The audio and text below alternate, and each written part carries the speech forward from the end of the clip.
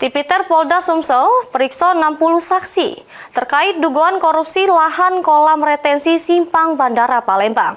Meski belum ada tersangka juru kasus tersebut, polisi memastikan prosesnya terus berjalan.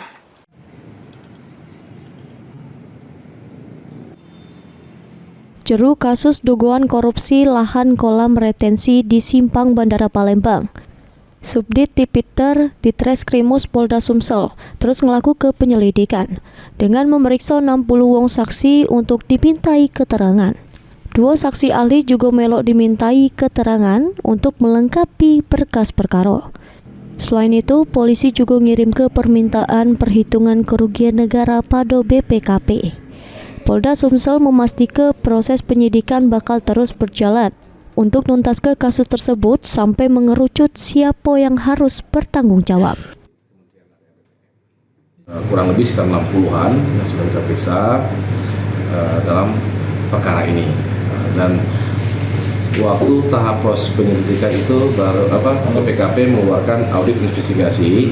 Nah, ini pada tahap penyidikan ini mereka akan mengeluarkan PKN. Jadi permintaan untuk PKN-nya sudah kita bersurat ke BPKP.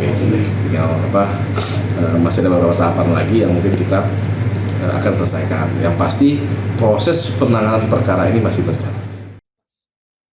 Lahan yang diduga dikorupsi berada di Jalan Nurdin Panji, Kelurahan Kebun Bunga, Kecamatan Sukarami, Palembang, dengan luas 44.000 meter persegi.